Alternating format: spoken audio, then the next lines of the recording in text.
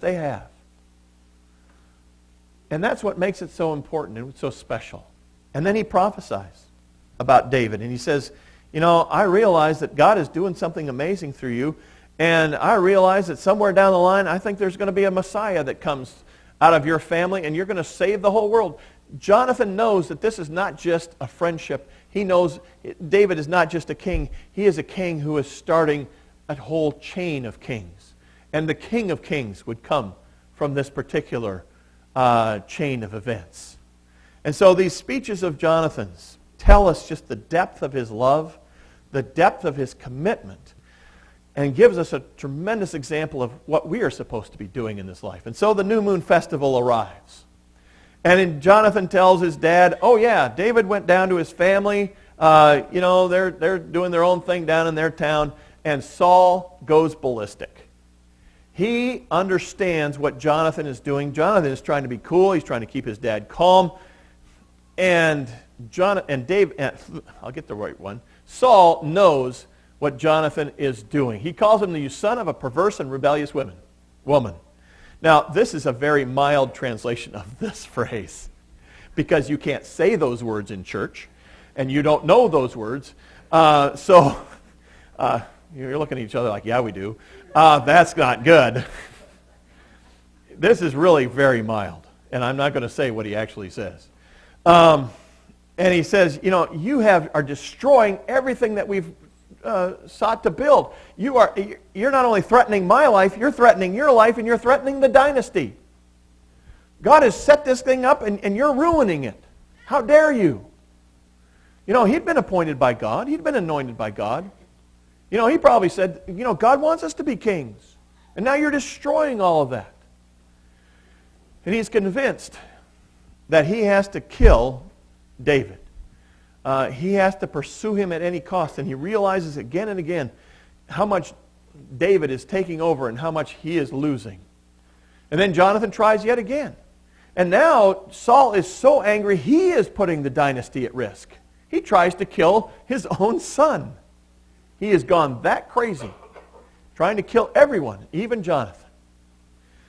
And then we come to that amazing scene where Jonathan and David finally say farewell. Jonathan has to remain with Saul. He knows this. This is his duty as a son. This is what he's supposed to do. He knows that David cannot remain because David will be killed, and that would go against God's plan. And so he knows that God's plan for himself is that he remains with Saul and die and not be king. He knows that David has to leave so that he can be king. You've seen these, you know, these were those great pictures that we used to have when I was a kid. You know, this is not anywhere close to being accurate. But I love them anyway. And Jonathan goes out in the field and he launches those arrows, and then he has this whole scheme arranged where if the arrow is beyond him, he will yell, hey, you know, you got to run further. And if he says run further, that means that Saul is trying to kill David. And if he says, no, you've come too far, that means that it's okay to come in. And they've arranged this whole complicated way of communicating, of signaling each other. It's really interesting because after the young man picks up the arrows and goes back into town, they get together. They talk. They must have thought that there was going to be a whole crowd going out with Jonathan to shoot arrows. I can't figure out anything other. You know, why go through this elaborate scheme when they get together and talk? So there must have been something else going on that we don't know about. When they do get together, after the young man goes back into town, there's bowing and there's embracing and there's weeping, because they know that their friendship must come to an end and they will never see each other again. These three things imply some other things. The bowing involves respect. They respected each other. David knew that Jonathan was the crown prince. Jonathan knew that David was going to be king. They had embracing. They cared about each other. They had emotions for each other. It talks about their devotion in their hugging. And in their weeping, it was a sign of that they were in grief, because they knew that their relationship was being torn apart and they would not be able to do anything about it. They would not be able to see each other again. They could still be faithful. They would still be loyal to each other, But they knew that they could never see each other again. In fact, this is what Jonathan says. He says, go in peace. That's their only choice. He knows what he has to do. He knows what God has called him to do. He knows what David has called him to do. What has called David to do. And he says, go in peace. All right. So let's go back and look at some of these things. Thou shalt lie. You've heard that commandment, I'm sure, haven't you? Doesn't the Bible say that? There used to be a Bible, after the King James first came out, one of the very early printings of the Bible left out the word not in the, the sixth commandment, where it says, thou shalt commit adultery. King James had all the printers killed for that mistake. This is not one of those. The Bible often relates stories of deception, and very approvingly. Here Michael lies. Rachel and Jacob lied to Isaac.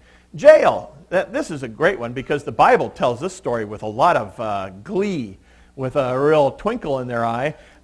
Jael was this woman who found an enemy and said, oh, come into my house and let me take care of you. And, oh, let me give you something to drink. And she drugs the guy. He passes out. She drives a tent stake through his head. This is for the junior high guys. Got to get those gross stories in for the junior high guys.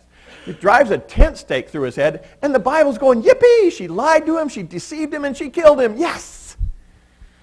Interesting. And then there's Shiphrah and Puah, and I like those just not because of their names. These were the Israelite midwives back in Exodus when Pharaoh said, kill all the baby boys to these two women. And they lied to Pharaoh. They disobeyed their government. And God blesses them. God blesses them. So we see a number of stories, and you can find them other places in the Bible as well. We also know that the 9th commandment says, thou shalt not lie. And really, thou shalt not. You need to tell the truth. We all need to tell the truth. Now, the question is, I was at an ethics class way back when, and the question was, what actually is a lie? Well, a lie is an intentional deception. You can tell things that are wrong if you believe them. If I said, it's not going to snow tomorrow, I actually believe that. It wouldn't be a lie because I really can't predict the future and it probably will snow tomorrow. But it's not a deception because I'm ignorant. If you just don't know the facts and you say something thinking that it's true, that's not an intentional deception. It also has to do with deception because you can give the facts